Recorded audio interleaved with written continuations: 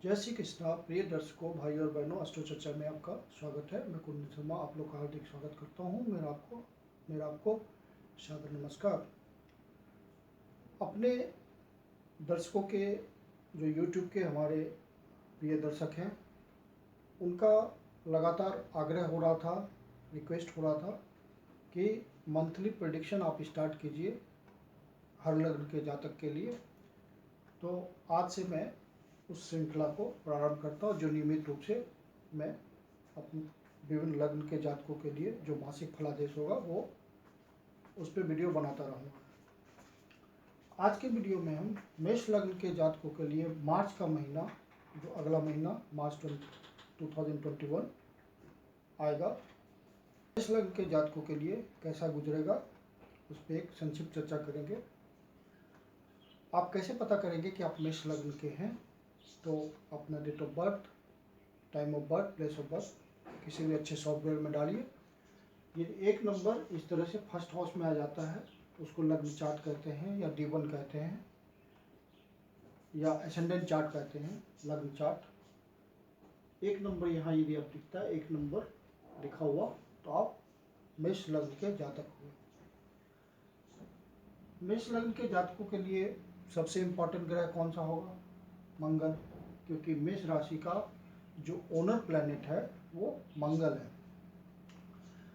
और इस समय जो आपका मंगल है वो वृषभ राशि में 1 मार्च को 4 डिग्री का है और वृषभ लग्न में गोचर कर रहा है। और कृत का नक्षत्र है उसका, जिस नक्षत्र में गोचर कर रहा है, कृत का नक्षत्र सूर्य का नक्षत्र होता है। तो मंगल सबसे महत्वपूर्ण ग्रह है। और एक बात का आपको ध्यान रखना है कि यदि आपका महादशा प्लैनेट या अंतर्दशा प्लैनेट या प्रत्यंतर दशा प्लैनेट मंगल हो, तो प्रभावी रूप से आपको मंगल का रिजल्ट मिलेगा। मतलब जिस भी ग्रह की दशा चल रही है, चाहे वो महादशा हो या अंतर्दशा हो या प्रत्यंतर दशा हो, आपको उसी का फल मिलेगा, बाकी ग्रहों का फल नहीं मिलेगा। आपको पता ही नहीं चलेगा कि गोचर में आया कब ग्रह और गया। जो आपके जीवन में पूर्ण रूप से प्रभावी हो रहा है, अपना प्रभाव दिखा रहा है, वो महादशा, अंतर्दशा, प्रत्यंतर दशा के ग्रह होते हैं। तो जो भी ग्रह इन्वॉल्व होते हैं उससे रिलेटेड आपको रिजल्ट मिलेंगे। तो मेष लग्न के जातक हैं आप, मंगल आपके लिए सबसे इम्पोर्टेंट ग्रह है। मंगल की दशा चल रही है, तो मंगल कहाँ बैठा हुआ है? सेकेंड हाउस में आपके बैठा हुआ है। सेकेंड हाउस किसका होता है? धन का होता है, वाणी का होता है, परिवार का, कुटुंब का होता है। तो यहाँ पे क्या है सबसे महत्वपूर्ण बात कि राहु पहले से बैठा हुआ है वृषभ राशि में, आपके सेकेंड हाउस में। तो राहु मंगल आपस में मिल करके अंगारक योग बनाते हैं, जो कि एक अच्छा योग नहीं है। तो राहु का काम क्या होता है? वो जिसके साथ बैठता है या जिसके प्रभाव को ले लेता है, तो उसके अनुसार वो प्रतिक्रिया देता है। तो मंगल क्या है? मंगल उत्तेजना का कारक है। आप वाणी के घर में बैठे हो, यदि वाणी पे आप नियंत्रण नहीं करेंगे तो उत्तेजना में कुछ बोल देंगे गलत, जिसका दूरगामी प्रभाव पड़ेगा।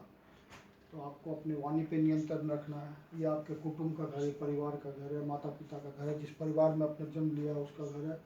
तो क्या होगा कि यदि आप तैश में आके वाणी पे संयम नहीं रखेंगे, परिवार के सदस्यों के साथ, माता पिता के साथ, जो आपका कुटुंब का परिवार है, कुटुंब है, परिवार है, उसके सदस्यों के साथ यदि आप उत्तेजना में आके कुछ गलत बोल गए, उसका गलत प्रभाव पड़ जाएगा, तो वो दूरगामी प्रभाव देगा। तो आपको अपने वाणी पे नियंत्रण रखना है, संयम रखना है। और आप जान रहे हैं कि मेरे सेकेंड हाउस में अंगारक योग बन रहा है, तो आप ध्यान रखिए इस बात का। और यहाँ से केतु का भी प्रभाव जा रहा है 8वें घर से, वृश्चिक राशि में बैठा हुआ है। मतलब केतु भी मंगल को प्रभावित कर रहा है। आकस्मिक कुछ भी घटना कर सकता है वो। तो उत्तेजना में आप रहेंगे, ध्यान नहीं देंगे, नियंत्रण नहीं रखेंगे अपने वाणी पे, तो आपको नुकसान पहुंच सकता है। क्योंकि ये धन का भी घर है, तो धन की भी हानि हो सकती है। कुटुंब की हानि तो वाणी के थ्रू हो गई है। आपस में सामंजस्य बढ़ने की बजाय वैमनस्य बढ़ जाएगा।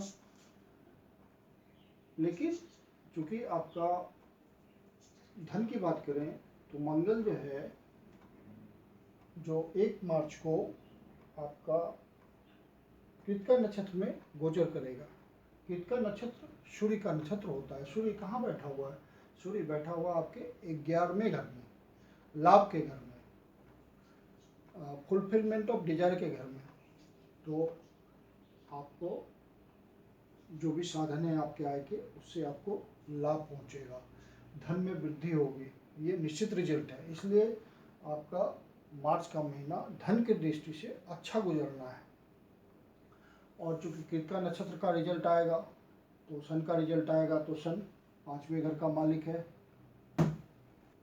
मेष लग्न के जातक के लिए, तो आपका 5वें घर का रिजल्ट आएगा। मतलब आपका स्पेकुलेशन का घर है, ये शेयर मार्केट वगैरह में जो पैसा फंसाते हैं उसके लिए ये रिस्पॉन्सिबल होता है। तो सूर्य जब तक इस घर में बैठा हुआ है, सूर्य 14 मार्च के बाद 12वें घर में चला जाएगा। तो 14 मार्च के बाद आपको शेयर मार्केट में या स्पेकुलेशन में, किसी भी तरह का स्पेकुलेशन हो, उसमें पैसा फंसाने के लिए बहुत सोचना है, क्योंकि वो 12वें घर में सन चला जाएगा। तो यदि आप गलत ढंग से बिना सोचे हुए शेयर मार्केट में पैसा फंसाएंगे, स्पेकुलेशन में पैसा फंसाएंगे, तो वो टोटल लॉस में चला जाएगा, क्योंकि 12वां घर लॉस का होता है। उससे पहले आप 14 मार्च से पहले आप शेयर मार्केट में इन्वेस्ट करके धन कमाइए, वो आपको प्रचुर मात्रा में लाभ देगा। और मेष राशि के लिए ये बढ़िया समय है 14 मार्च तक। 14 मार्च के बाद सन इसमें चला जाएगा, तो फिर बढ़िया नहीं है।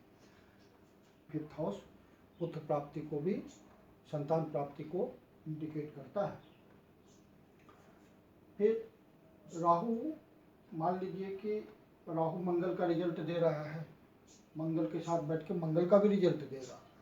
और वृषभ राशि में बैठ करके, वृषभ राशि में ये उच्च का होता है, तो शुक्र का भी रिजल्ट देगा। और ये रोहिणी नक्षत्र में गोचर कर रहा है, तो चौथे भाव का भी रिजल्ट देगा।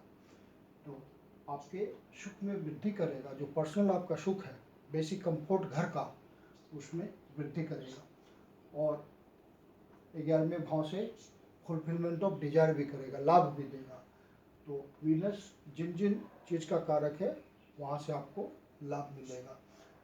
जैसे आपका मान लीजिए कि आप कला प्रेमी हैं, या आप किसी तरह का इंजॉयमेंट, सेंसुअल इंजॉयमेंट चाहते हैं, इंद्रिय सुख जिसको होता है, जैसे बढ़िया खाना, बढ़िया सुनना, तो ये सब का सुख आपको मिलेगा इस मार्च के महीने में। मान लीजिए कि कोई ऐसे 7 स्टार होटल में एंजॉय करने का आपको मौका मिलेगा, वो एक तरह का इंद्रिय सुख है। और मेष लग्न के जातकों के लिए कर्म की दृष्टि से भी मार्च का महीना बहुत बढ़िया गुजरना है, जो भी कर्म में वो लगे हैं, क्योंकि पूरे साल तो बहुत बढ़िया गुजरने का योग है। धर्म, कर्म अधिपति दोनों कर्म स्थान में बैठे हुए हैं। जुपिटर आपका विजडम है, मरकरी भी इस समय जो इंटेलिजेंस होता है, जो व्यापारी वर्ग है, तो इंटेलिजेंस भी वहाँ काम करता है, या सर्विस क्लास ही है, वहाँ भी इंटेलिजेंस काम करता है, विजडम भी है। और साथ में कर्म प्रदाता सैटर्न भी है। तो ये समय मेष लग्न के लिए तो मार्च का महीना बहुत बढ़िया गुजरेगा, कर्म की दृष्टि से भी, व्यापारी वर्ग हो या नौकरी वर्ग हो, और लाभ की स्थिति बनेगी। ये है कि चूँकि शनि बैठा हुआ कर्म स्थान में, तो बहुत सिंसियरिटी और ऑनेस्टी के साथ ये कर्म मांगता है। तो ध्यान रखिए कि जब मार्च का महीने में बहुत अच्छे से आप अपने कर्म को संपादित कीजिए, ताकि ज़्यादा से ज़्यादा लाभ मिले। सूर्य अभी 11वें भाव में बैठा हुआ है और बढ़िया फल देने के लिए ललायित है, क्योंकि मंगल का संबंध सूर्य से बन रहा है, 11वें घर से बन रहा है। तो अच्छे धन की प्राप्ति होगी कर्म के थ्रू। मेष लग्न के लिए मंगल बहुत महत्वपूर्ण है। फिर जो स्टूडेंट्स हैं, उनके लिए भी मार्च का महीना बहुत बढ़िया है। पढ़ाई करने में मन लगेगा, मन को संतुष्टि मिलेगी। पढ़ाई के क्षेत्र में जो स्टडीज़ कर रहे हैं, तो एक कंफर्टेबिलिटी के साथ वो पढ़ेंगे, एकाग्रता के साथ। मेष लग्न के जो जातक हैं, उनके मार्च के महीने में पारिवारिक जो उसके अपने परिवार का सुख होता है, बेसिक कंफर्ट होता है, बच्चों के साथ समय बिताने का समय होता है, वो बहुत बढ़िया गुजरेगा। जो व्यक्ति मेष लग्न के व्यक्ति लैंड के काम में, प्रॉपर्टी के काम में लगे हुए हैं, तो उनके लिए भी वृद्धि का समय है। मार्च का महीना निश्चित रूप से फायदा पहुंचेगा।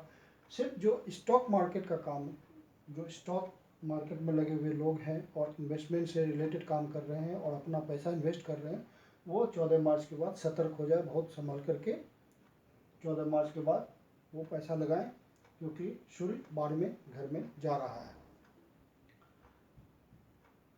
कुल मिलाकर के मेष लग्न के लिए हर प्रकार से जो मार्च का महीना है वो अच्छा जाएगा।